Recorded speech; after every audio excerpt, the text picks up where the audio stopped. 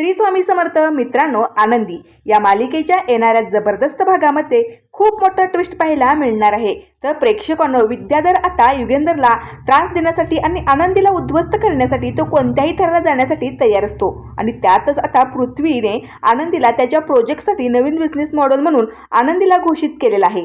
आनंदीच्या या मॉडर्न लुकवर सर्वजण खूप फिदा झालेले असतात, सगळीकडून वावा होत असते आणि त्यामुळे फॅक्टरीला अजूनच खूप मोठा फायदा होणार असतो. युगेंद्रला एक बाप म्हणून पृथ्वीचा या सक्सेसबद्दल खूपच कौतुक वाटत असतं आणि त्याला शब्बासकी देत असतात. परंतु हे सगळं काही आता विद्याधरच्या डोळ्याला बघवत नाही. त्यामुळे आता एवढ्या छान आनंदाच्या क्षणात मीठ टाकून तो आता आनंदी ही युगेंद्रची बायको आहे आणि नात्याने ती तुझी आई आहे आणि आई मुलासाठी एवढं तर करू शकते ना, असं म्हणून तो आता जे काही सत्य लपवून ठेवलेलं असतं सगळ्यासमोर रिव्हील केल्यामुळे पृथ्वीला खूप मोठा धक्का बसतो. आता सत्य समजल्यानंतर पृथ्वी अख्खं घर डोक्यावर घेतलेला असतो आणि त्याच वेळेला पृथ्वी आता आनंदीचा हात धरून समितेच्या फोटोसमोर उभा राहून आपल्या मनातलं दुःख बोलून दाखवत असतो. मी कधीच या बाईला आईचं स्थान देणार नाही, तूच माझी आई आहे आणि मी या घरातलं असलेलं नातं संबंध सगळं काही मी आत्ताच्या आत्ताच तोडतो, असं म्हणून तो जाणार. परंतु समिधाच्या फोटोचा संकेत येत आनंदीला स्वीकार करा आणि आनंदीतच माझी सावली आहे असं सांगून एका प्रकारे संकेत दिलेला आहे. तेव्हा माई आता पृथ्वीला आनंदी आणि युगेंद्रचं लग्न समिधाला सुद्धा मान्य आहे, त्यामुळे तिच्या मनाचा विचार करून तुम्ही सगळेजण एकत्रित या असं सांगितल्यानंतर पृथ्वी मिताली मिळून युगेंद्र आनंदी यांचा पुनर्विवाह करून त्यांच्या लग्नाला नवीन संसाराला शुभेच्छा देणार आहेत. आणि हे सगळं पाहून आता शिल्पा विद्याधर हे मात्र कोमात गेलेले आहेत. तर प्रेक्षकांनो, येणारा हा ट्विस्ट एपिसोड खूपच इंटरेस्टिंग असणार आहे, त्यामुळे शेवटपर्यंत नक्की पहा. तर काय आहे ना प्रेक्षकांनो, आता सध्या आनंदीला जो काही मान मिळतो, जे काही प्रेम मिळतं ते पाहून शिल्पाचा जळपाट मात्र वाढलेला आहे. आणि त्यातच पृथ्वीने आता शिल्पाला इग्नोर करून आनंदीला डायरेक्ट त्याच्या पहिल्या प्रोजेक्ट मॉडेल बनवलेला आहे. आणि इथे शिल्पाचा पूर्णतः पचका झालेला आहे, कारण तिला वाटत असतं की पृथ्वी तिलाच त्याच्या या पहिल्या प्रोजेक्टसाठी मॉडेल म्हणून निवडेल. परंतु असं काही झालेलं नाहीये. आनंदी सुद्धा या मॉडेलसाठी अजिबातच तयार नसते, कारण आनंदी सर्वसाधारण एकदम साधी सिंपल विचाराची असते. पृथ्वी म्हणत असतो, नाही आनंदी, माझ्या या प्रोजेक्टमध्ये तुला मॉडर्न व्हावंच लागेल आणि तसंही आज लगेच मीडियावाले येणार आहेत, मग त्यासाठी आम्ही कुठून मॉडर्न आणणार आहे हे बघ. प्लीज एवढं मेहनत करून एवढं उत्साहाने आम्ही हा प्रोजेक्ट बनवला आहे, त्यामध्ये प्लीज तू नाही म्हणू नकोस. तेव्हा मिताली म्हणत असते, आनंदी खरं सांगू का, तू सुद्धा परिपक्व आहे. एका मॉडर्नमध्ये जे काही गुण असतात, जे काही लूक असतात, ते सगळं काही तू सुद्धा करू शकतेस. पण प्लीज आमच्या या आनंदाच्या उत्साहात तू सुद्धा सामील हो. दुसरीकडे आता तिथून शिल्पा रागाने निघून गेली असते, कारण तिच्या नाकावर टिचून पृथ्वी आणि मितालीने आनंदीला महत्त्व दिलेलं आहे. मितालीने आनंदीला महत्त्व दिलेलं आहे. तर आता ठरल्याप्रमाणे आता आनंदीच्या मॉडर्न लुकमध्ये पाहून सगळ्यांनाच खूप मोठा आश्चर्याचा धक्का बसलेला असतो. युगेंद्र तर आनंदीकडे पाहतच बसलेला असतो, कारण आनंदीने जे लूक केलेलं आहे, जी साडी घातलेली आहे, त्या लूकमध्ये जवळजवळ समिधाची सावली आनंदीमध्ये दिसत असते. आणि तसं माई सुद्धा म्हणून दाखवत असते. खरं सांगू का पृथ्वी, मला एका क्षणासाठी असंच वाटलं की समिधा चालली आहे का माहिती नाही, परंतु समिधाच्या विचार आणि आनंदीचे विचार जुळतात हे माहिती होतं, परंतु लूक सुद्धा जुळतं हे पाहून खरंच खूप छान वाटलं. हळूहळू मिताली समिधाची मुलं आनंदीला आई म्हणून स्वीकारलं की मनावरचं ओझं कमी होईल. तेव्हा युगेंद्र म्हणतो, माई प्लीज इमोशनल नका होऊ, हा आनंदाचा क्षण आहे. तुमचा नातू एवढा मोठा प्रोजेक्टचा प्लॅन केला आहे आणि त्यात तुम्ही अश्रू, त्यावर माई म्हणतात, युगेंद्र हा माझ्या दुःखाचे नाही तर आनंदाचे अश्रू आहेत. तर आता पृथ्वीच्या या प्रोजेक्टला मीडियावाले सुद्धा खूप छान दाद दिलेली असते. त्याचवेळी विद्याधरने सगळ्यात मोठ्या ब्रेकिंग न्यूजबद्दल सांगितलेलं असतं. तर पृथ्वीला या प्रोजेक्टबद्दल मीडियावाले विचारत असतात, तुम्हाला या प्रोजेक्टबद्दल कसं आठवलं, कसं सुचलं आणि आनंदीलाच का मॉडर्न बनवलं, हे सगळं काही अशा गोष्टी त्याचवेळी एक न्यूज अँकर विचारतो. आम्हाला अशी बातमी कळाली आहे, आनंदी आणि युगेंद्र निंबाळकर यांनी लग्न केलं आहे. या लग्नाबद्दल तुम्हाला माहिती आहे का आणि याबद्दल तुम्हाला काही बोलायचं आहे का? तुम्ही आनंदीला आई म्हणून स्वीकारलेलं आहे का? तर मीडियाच्या या प्रश्नाने अख्खं निंबाळकर कुटुंबाच्या पायाखालची जमीन सरकलेली असते. जे सत्य, जे नातं युगेंद्र आणि आनंदी लपवून ठेवलेले असतात, ते नातं आता पृथ्वी मिताली यांच्या समोर उघड झाल्याने आता विद्याधर मात्र मनोमनी खूप आनंद व्यक्त करत असतो.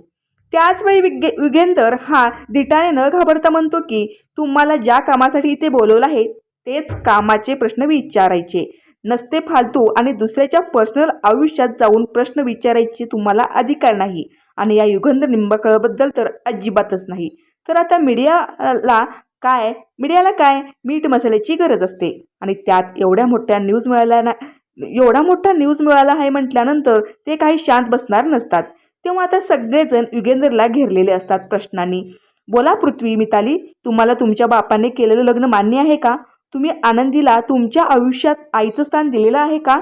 त्यावर आनंदीने धिटाने सगळं काही सांभाळून घेतलं आहे. माझी मुलं मला आई स्वीकारू न का स्वीकारू त्याच्याशी तुमचं काय देणं घेणं? आनंदी मीडियाला म्हणालेली असते की बघा आमच्या आयुष्यात आम्ही खुश आहोत, त्यामुळे तुम्ही या सगळ्यामध्ये पडू नका. तेव्हा विद्याधर म्हणत असतो, दादा वहिनी, अहो तुम्ही तुमचं नातं का लपवताय? आता मीडियाला माहिती आहे तर तुम्ही तुमच्या नात्याबद्दल खुलासा करा ना. काय आहे ना पृथ्वी आनंदी आहे ना आत्तापर्यंत तुझ्या मागे पुढे करून तुला जिंकण्याचा प्रयत्न करते ना. यासाठीच की ती तुझी आई आहे. युगेंद्र निंबाळकर यांनी तिला बायकोचं जागा दिली नाहीये, त्यामुळे तुमचं मन जिंकून तुम्ही स्वतःहून तिला आईचं स्थान, युगेंद्रच्या आयुष्यात बायकोचं स्थान मिळवून द्यावं अशी तिची इच्छा आहे. पृथ्वी, मिताली या सत्याने चांगलेच हादरले असतात. त्यावर त्यांना कसं काय रिॲक्ट व्हावं काहीच कळत नाही. आणि आता कुठे युगेंद्र आणि पृथ्वी यांच्यातलं नातं नॉर्मल होण्यासाठी सुरुवात झालेली असते आणि या सगळ्यामध्ये विद्याधरने आगीत तेल टाकून सगळं काही जाळण्याचा प्रयत्न केलेला आहे. त्यानंतर पृथ्वी आता आनंदीला विचारतो, आनंदी, मी तुला शेवटचं विचारतो, मीडियावाले जे प्रश्न विचारले ते खरं आहे का? तुझा नवरा युगेंद्र निंबाळकरच आहे का? तुम्ही दोघांनी लग्न केलं आहे का? त्यावर आनंदी हो म्हणते. तर पृथ्वीचा राग अनावर झालेला असतो आणि तो युगेंद्रकडे रागानेच म्हणतो, तुमच्याकडून काय अपेक्षा करून तेच कळत नाही. एक बाप म्हणून तुमचं आज मला लाज वाटते. आत्तापर्यंत तुम्ही आमचा कधीच विचार केला नाही. असं असताना मग तुम्ही आमच्यापासून हे सत्य का लपवलं? का तुम्ही आनंदी तुमची दुसरी बायको आहे हे सांगण्याची हिंमत झाली नाही? तेव्हा आनंदी म्हणते, पृथ्वी प्लीज माझं ऐकून घे. मला मान्य आहे तुला आमच्या या लग्नाचं सत्य दुसऱ्या व्यक्तीकडून माहिती झाल्यामुळे, चुकीच्या ठिकाणी माहिती झाल्यामुळे खूप त्रास होतोय. पण खरं म्हणजे ही आयडिया माझीच होती. मीच युगेंद्र साहेबांना आमच्या लग्नाचं सत्य मी स्वतःहून सांगणार असं सांगितलं होतं, त्यांना वचन दिलं होतं. खरं सांगू का पृथ्वी, आम्हाला तुला दुखवण्याचा कोणताच हेतू नव्हता. तेव्हा आता पृथ्वी म्हणतो, आनंदी तू तर खूप हुशार निघालीस ग. आत्ता मला या घरात या माणसाबरोबर अजिबात राहायचं नाही. मिताली चल, आता आपण या घरात राहून काहीच उपयोग नाही. आता युगेंद्र निंबाळकर यांचं नवीन संसार सुरू झालेला आहे. त्यांच्या आयुष्यात अडचण म्हणून इथे राहण्यापेक्षा आपण स्वतंत्र कुठेतरी स्वकष्टाने आपण रस्त्यावर राहू, पण यांच्या सावलीत नको. शिल्पा म्हणते, अरे पृथ्वी डोक्यात राग घालू नकोस. हे बघ, हे घर, हे प्रॉपर्टी सगळं काही तुझंच आहे रे. तुम्ही जर या घरात राहणार नसेल तर या घराला काय अर्थ आहे? अरे समितेच्या आत्मेला शांती मिळणार आहे का? त्यावर पृथ्वी म्हणतो, आईचा आशीर्वाद आमच्यासोबत असेल, परंतु या माणसाने पहिल्यापासूनच माझ्या आईच्या मनाचा विचार केला नाही.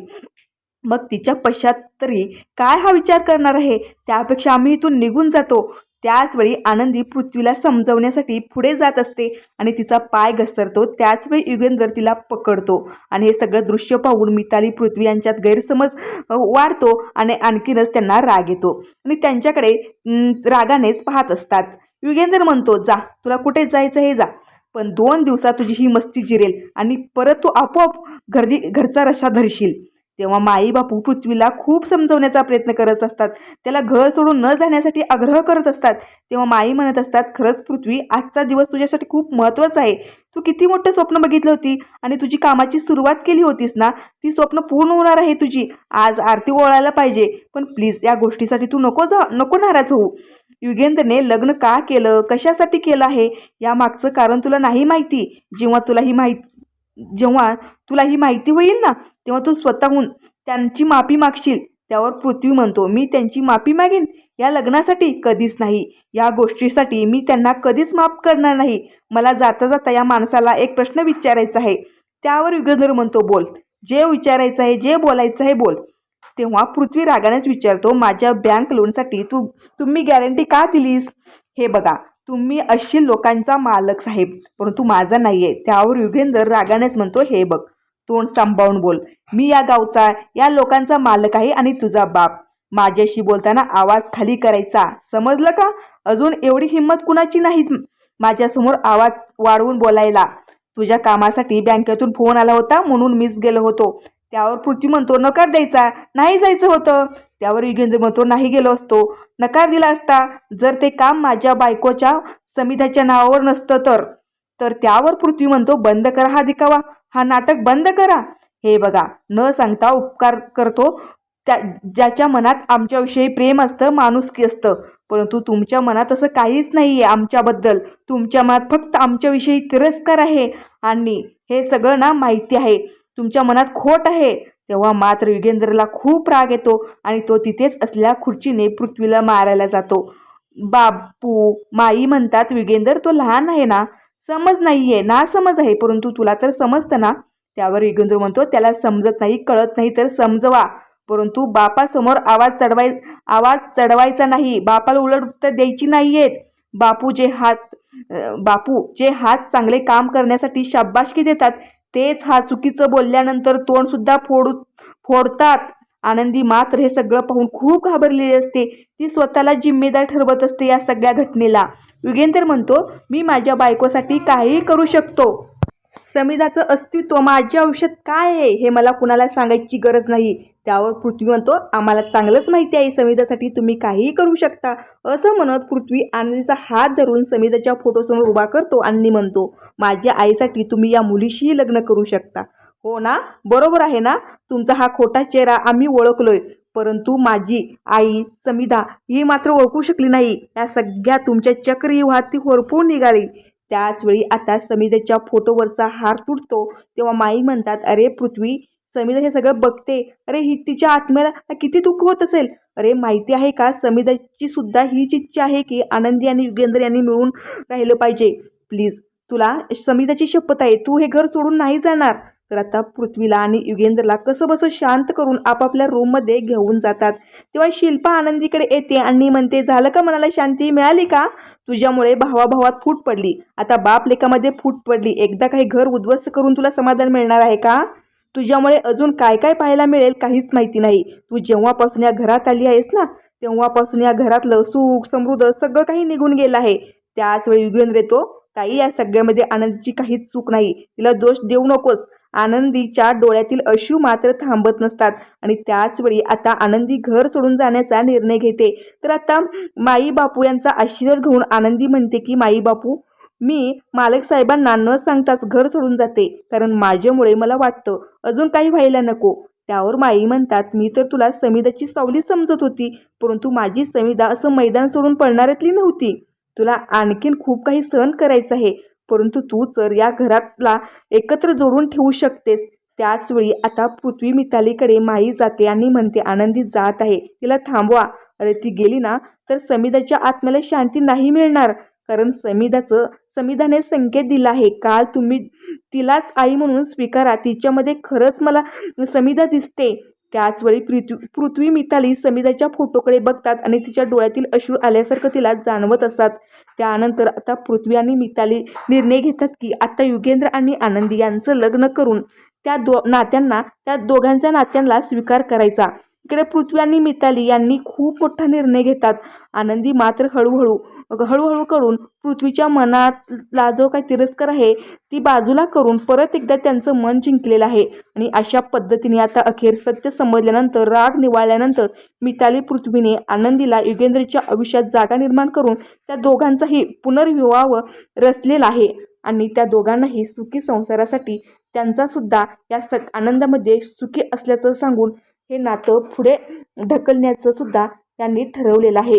आणि अशा पद्धतीने जेव्हा स्वतःहून पृथ्वी आणि मितालीने आनंदी युगेंद्रला एकत्र आणल्यामुळे सगळ्यात मोठा धक्का तर शिल्पाला बसलेला आहे, कारण मुलांनीच आनंदीला आईचा मान दिलेला आहे आणि आईचा मान दिल्यामुळे आता शिल्पाची घरातला जो काही स्थान आहे ते ढासळलेलं आहे आणि याचा परिणाम तिच्या या अस्तित्वात झाल्यामुळे तिला मात्र या सगळ्यावर नाराज असते.